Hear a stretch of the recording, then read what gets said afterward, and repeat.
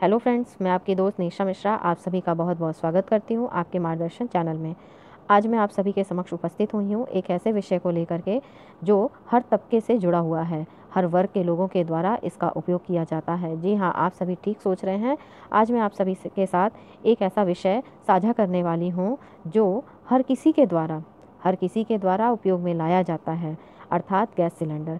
Gas cylinder चाहे वो नीचे तबके का व्यक्ति हो या हाई फाई सोसाइटी का व्यक्ति हो, सबके घरों में प्रयोग होता है और किसी न किसी तरीके से वो उनके जीवन को प्रभावित भी अवश्य करता है। गैस सिलेंडर से जुड़े कुछ मौलिक तथ्य होते हैं, किस प्रकार लेना चाहिए, किस प्रकार बुकिंग करनी चाहिए, ऑथराइज्ड डीलर कौन है, ब्लैक नहीं लेना चाहिए, चोरी का सिलेंडर क्या होता है। लगभग इन सभी बातों के बारे में आपको पता होगा, परंतु क्या आपको ये पता है कि इस सिलेंडर की भी एक्सपायरी होती है? जी हाँ, सिलेंडर की भी एक्सपायरी होती है। प्रत्येक 10 वर्षों के पश्चात सिलेंडर की जांच की जाती है और सही पाए जाने पर ही उसे आगे फॉरवर्ड किया जाता है। आप देख रहे होंगे स्क्रीन पे ABCD लिखा हुआ दिखाई दे रहा है। ए जनवरी फरवरी मार्च के लिए और बी अप्रैल मई जून के लिए लिखाया जाता है। सी होता है जुलाई अगस्त सितंबर के लिए और डी होता है अक्टूबर नवंबर और दिसंबर के लिए। अब आपने अगर अपने घर के सिलेंडर को देखा होगा तो उसके इस वाले एरिया पे जहाँ पे ये रॉड बनी हुई है वहाँ पे कुछ नंबर लिखा होता है, जैसे लिखा होगा D22 या फिर हो सकता है लिखा हो A25। अब आप ये सोच रहे होंगे इसका आखिर मतलब क्या होता है। इसका मतलब होता है कि ये जो सिलेंडर है इसकी वैधता जनवरी फरवरी मार्च के किसी एक महीने से लेकर के लगातार 25 तक यानी 2025 तक बरकरार रहेगी। या फिर डी लिखा हुआ है, D21 लिखा है, इसका मतलब ये हुआ कि अब इस समय आपके सिलेंडर की वैधता इन 3 महीने यानी अक्टूबर नवंबर और दिसंबर में 2021 तक बनी रहेगी। आपको सदैव अपने गैस सिलेंडर को लेते समय इस बात का ध्यान रखना होगा कि आपका सिलेंडर एक्सपायरी तो नहीं। अब आइए हम लोग आगे बढ़ते हैं अपनी इस वीडियो में। ये समझने की कोशिश करते हैं कि क्या गैस सिलेंडर के ऊपर भी किसी प्रकार का बीमा मिलता है। तो जी हाँ, गैस सिलेंडर के ऊपर भी 50 लाख रुपए तक का बीमा मिलता है। क्या ये बीमा सिर्फ आपका कराया जाता है? जी नहीं, ये बीमा सिर्फ आपका ही नहीं कराया जाता, अर्थात ये इंडिविजुअल पर्सन का नहीं होता। इसे थर्ड पार्टी इंश्योरेंस कहते हैं, जिसके अंतर्गत ऑयल कंपनी के द्वारा तथा डिस्ट्रीब्यूटर के द्वारा इंश्योरेंस लिया जाता है। अब आपको एक चीज़ याद रखनी होगी कि जब कभी भी गैस सिलेंडर आप लोग लेते हैं तो उसके साथ किस प्रकार की सावधानियां बरतनी चाहिए, जिससे किसी भी प्रकार की अनहोनी होने पे आपको उस बीमा का लाभ प्राप्त हो सके। पहली बात, आपके घर में इस्तेमाल होने वाला गैस का कनेक्शन वैध होना चाहिए, अर्थात ऐसा नहीं है कि आपने किसी से ब्लैक में सिलेंडर ले लिया और आप अपने घर में उपभोग करने लगे और उस समय कोई दुर्घटना होती है तब आपको बीमा की राशि प्राप्त होगी, तो उस समय ऐसा नहीं होगा। और आपके द्वारा ISI मार्क का गैस चूल्हा उपयोग में लाया जाना चाहिए। गैस कनेक्शन में एजेंसी से मिली पाइप तथा रेगुलेटर का ही इस्तेमाल होना चाहिए।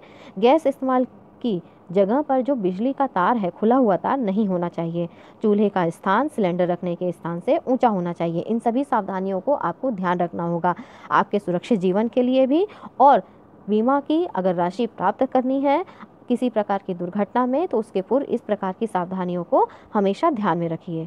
फिर उसके बाद आइए हम बात करते हैं कि इस इंश्योरेंस के अंतर्गत किन किन क्लेम को लिया जाता है। देखिए, सबसे पहला क्लेम की बात की जाती है पर्सनल एक्सीडेंट के केस में। पर्सनल एक्सीडेंट में डेथ को सम्मिलित किया गया है, जिसमें 5 लाख रुपए पर पर्सन को दिए जाते हैं। यानी कि जब भी इस प्रकार का हादसा होता है तो जितने व्यक्तियों की मृत्यु हुई लगभग प्रत्येक व्यक्ति को 5 लाख रुपए तक का मुआवजा दिया जाता है। फिर सेकंड इसमें जो कवरेज आती है वो होता है मेडिकल एक्सपेंसेस। इसके अंतर्गत प्रत्येक व्यक्ति को 1 लाख रुपए और जिसकी मैक्सिमम संख्या 15 लाख रुपए तक हो सकती है और तत्काल में सहायता पहुंचाने के लिए 25,000 रुपये तक की राशि प्रदान की जाती है।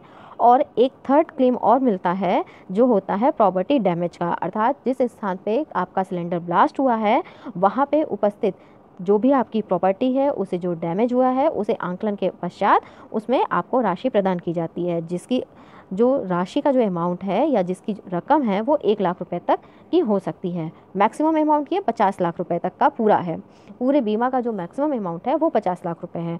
अब आइए हम समझते हैं इस प्रकार की दुर्घटना होने पे सर्वप्रथम क्या करना चाहिए। सर्वप्रथम आपको पुलिस स्टेशन में एक रिपोर्ट करनी चाहिए। उसके पश्चात 5 दिनों के अंदर अंदर आपके द्वारा रिपोर्ट की गई पुलिस स्टेशन में जो रिपोर्ट की गई आपके पास रिपोर्ट है उसे लेकर के अपने डिस्ट्रीब्यूटर के पास जाना चाहिए और अपनी शिकायत को दर्ज कराना चाहिए। इसके पश्चात डिस्ट्रीब्यूटर के माध्यम से आपकी शिकायत आगे ऑयल कंपनी तक फॉरवर्ड कर दी जाएगी। जिस भी प्रकार का क्लेम आपके ऊपर बनता है उस कंडीशन के अनुसार आपके पास सभी डॉक्यूमेंट होने चाहिए, अर्थात पर्सनल डैमेज की कंडीशन में आपके पास डेथ सर्टिफिकेट, पोस्टमार्टम एक्सेट्रा, मतलब जो भी और पेपर्स मिलने हैं वो सभी चीज़ें होनी चाहिए, उपलब्ध होने चाहिए। और अगर मेडिकल क्लेम की बात करें तो मेडिकल क्लेम के दौरान आपको क्या ट्रीटमेंट दिया गया, आपको कब एडमिट किया गया, discharge paper, medical bill, prescription, ये सभी पेपर आपके पास उपलब्ध होने चाहिए। और साथ ही साथ ये भी आपको याद रखना होगा कि जो पीछे मैंने सावधानियाँ बताई उन सभी सावधानियाँ को भी आप नियमित रूप से फॉलो कर रहे हैं, तभी आपको इसका सही लाभ प्राप्त हो पाएगा। मेरी कामना है कि इस प्रकार के दुर्घटना का सामना कभी भी किसी को न करना पड़े, परंतु सुरक्षा के दृष्टिकोण से इस चीज़ को समझते हुए आप इस वीडियो को ज़्यादा से ज़्यादा लोगों को शेयर करिए, जिससे उन्हें इस चीज़ का लाभ मिले और लोग इसके प्रति जागरूक हों। बहुत बहुत धन्यवाद।